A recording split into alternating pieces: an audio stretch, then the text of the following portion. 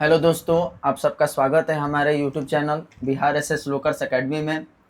जैसा कि आप लोगों को थंबनेल से पता चल गया होगा कि आज के इस वीडियो में मैं आप सभी लोगों से क्या बात करने वाला हूं। तो मैं आज आप सभी लोगों को बताऊंगा कि हिंदी व्याकरण की तैयारी कैसे करें और हमारे बोर्ड एग्ज़ाम में हिंदी व्याकरण का कितना महत्व है, इसके बारे में मैं आप सभी लोगों को बताऊंगा। तो ये वीडियो आप लोग स्किप नहीं कीजिएगा, अंत तक इस वीडियो में बने रहिएगा ताकि आप लोगों को ये समझ में आ सके कि हिंदी व्याकरण को कैसे पढ़ें और यह बोर्ड एग्ज़ाम में कितना महत्वपूर्ण है। तो आज के सेशन में हम लोग सबसे पहले ये समझेंगे कि हिंदी व्याकरण की तैयारी कैसे करें, कितना महत्वपूर्ण है व्याकरण और रणनीति क्या होने वाली है।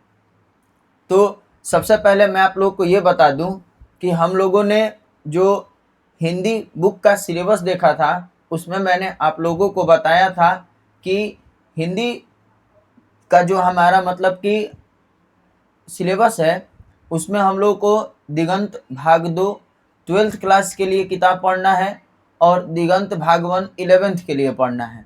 यानी अगर बात किया जाएगा तो दिगंत जो किताब है उसको हम लोग 11th 12th दोनों में पढ़ना है और 11th और 12th दोनों के एग्ज़ाम में हिंदी व्याकरण से क्वेश्चन एग्ज़ाम में आते हैं।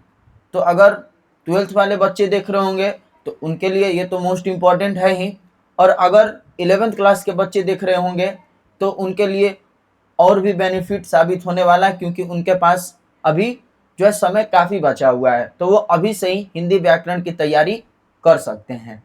अब अगर बात करेंगे हम लोग हिंदी बुक का, जितना हिंदी बुक दिगंत का इम्पोर्टेंट है, जितना हम लोग उस पर ध्यान देते हैं उतना ही हम लोग को व्याकरण पे भी ध्यान देना है। क्यों? क्योंकि व्याकरण का जो क्वेश्चन होता है ऑब्जेक्टिव में करीब 40 या 50 क्वेश्चन जो है ऑब्जेक्टिव में व्याकरण से पूछे जाते हैं। ठीक, तो जितना हमारा हिंदी बुक महत्वपूर्ण है उतना ही हमारा जो है व्याकरण भी महत्वपूर्ण है। तो इसकी रणनीति क्या होगी? तो सबसे पहले तो हम लोग ये देखेंगे कि व्याकरण में कौन कौन से पाठ होते हैं।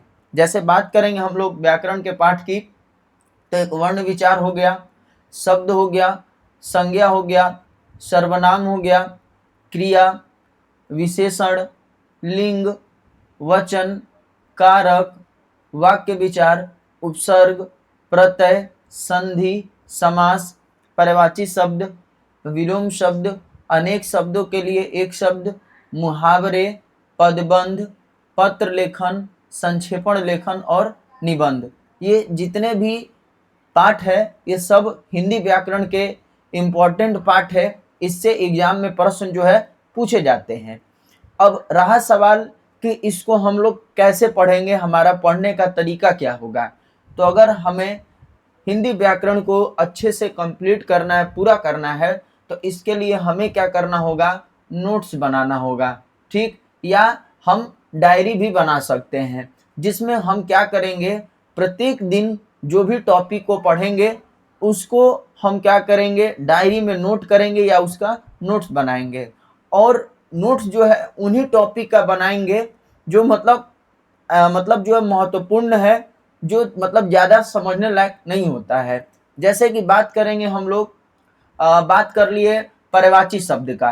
तो पर्यायवाची शब्द जो है इसमें क्या होगा कि हम एक दिन में अगर इसको पढ़ेंगे, या हम ही आप लोगों को एक दिन में पर्यायवाची शब्द बहुत सारा दे दिए, करा दिए, तो आप नहीं पढ़ पाएंगे। ना हम ही एक दिन में आपको कंप्लीट करा पाएंगे, ना आप ही एक दिन में इसको कंप्लीट कर पाएंगे।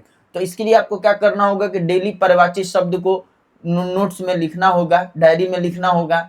फिर उसके बाद जो है अगले दिन क्या करना होगा, उसको रिवाइज करना होगा। फिर अगले दिन आगे का जो पर्यायवाची शब्द होगा उसको लिखना होगा। ऐसे ही बात करेंगे अगर मुहावरे का, तो मुहावरे में भी सेम इसी तरीके से नोट करेंगे, रिवाइज करते रहेंगे, लिखेंगे। अनेक शब्दों के लिए एक शब्द का भी सेम वही प्रक्रिया हम अपनाएंगे। विलोम शब्द के लिए भी हम लोग यही जो है प्रक्रिया अपनाएंगे। और शब्द विचार पढ़ते हैं तो शब्द में तत्सम हो गया, तद्भव हो गया, देशज हो गया, विदेशज शब्द हो गया, इसमें हमें कंफ्यूजन होता है। तो हम क्या करेंगे कि डेली इन सारे टॉपिकों में जो कंफ्यूजन करने वाले टॉपिक हैं इन सभी में हम क्या करेंगे, जो है रोज शब्दों को लिखेंगे और इनको रिवाइज करेंगे। ये नहीं मैं कह रहा हूँ कि हम बस एक नोट्स बना लिए, डायरी बना लिए, खाली डेली लिख रहे हैं और रिवाइज उसको कर नहीं रहे हैं, तो फिर हमारा जो है हिंदी व्याकरण कवर नहीं हो पाएगा। तो हिंदी व्याकरण को कवर करने का, उसको तैयारी करने का तरीका यही होगा कि जितने भी इम्पोर्टेंट टॉपिक है, जो भी कठिन है, उनको क्या करेंगे, हम डेली जो है लिखेंगे अपने कॉपी में या नोट्स बनाएंगे उसका, और डेली उसको क्या करेंगे, रिवाइज करेंगे। जैसे आज मान लो शब्द विचार का जो टॉपिक है, उनमें से तत्सम तद्भव शब्द कुछ शब्द लिख लिए, तो आज लिख लिए, आज उसको रिवाइज कर लिए, याद कर लिए। फिर अगले दिन क्या होगा कि उन्हीं सारे शब्दों को रिवाइज करेंगे, फिर आगे के शब्दों को लिखेंगे। तो ऐसे डेली क्या होगा कि हमको शुरू से लेकर के जितना दिन तक लिख रहे हैं उसको रिवाइज करते रहना है। ये नहीं कि खाली लिखते जा रहे हैं और पढ़ नहीं रहे हैं, तो फिर हमारा ये जो है कंप्लीट नहीं हो पाएगा।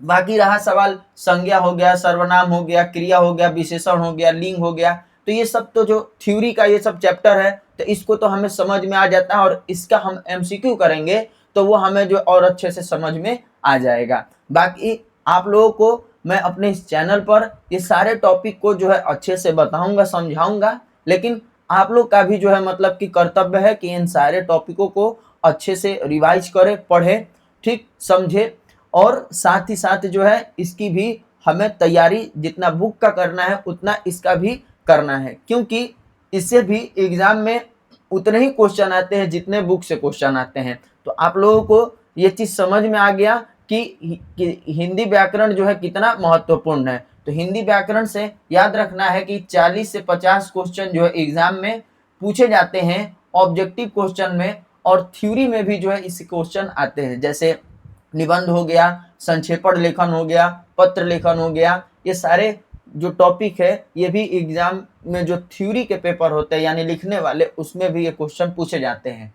तो आप लोग जो है इन सारे टॉपिकों पर अच्छे से कवर कीजिएगा, और हमारे यूट्यूब चैनल पर हिंदी व्याकरण की भी क्लास जो है जल्द ही प्रारंभ होगी, ठीक। तब तक के लिए आप लोग जो है हमारे जो भी क्लासेज चल रहे हैं यूट्यूब पे उसको पढ़ते रहिए, और जो है अपने दोस्तों में इस वीडियो को भी शेयर कीजिएगा, ताकि वो लोग भी जान जाए कि हिंदी की तैयारी कैसे करना है, और साथ ही साथ हिंदी व्याकरण हमें कैसे पढ़ना है, इसकी भी जो है उन लोगों को जानकारी मिल जाए। बाकी आप लोगों को यह वीडियो कैसा लगा कमेंट में ज़रूर बताइएगा, और मिलते हैं नेक्स्ट वीडियो में। तब तक के लिए धन्यवाद।